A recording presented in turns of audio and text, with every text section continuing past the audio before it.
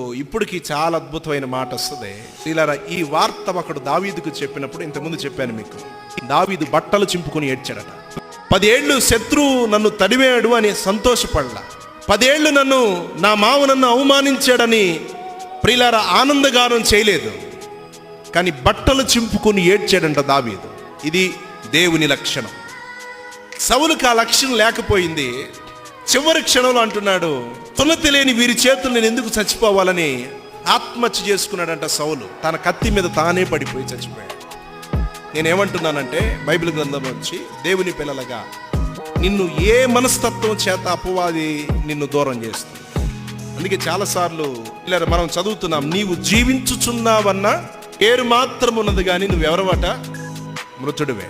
మనము పైకి భక్తి పరుల వలె కనబడిన ఈ అసూయలు కానీ లేకపోతే దేవుణ్ణి ఆరాధించలేని తత్వం కానీ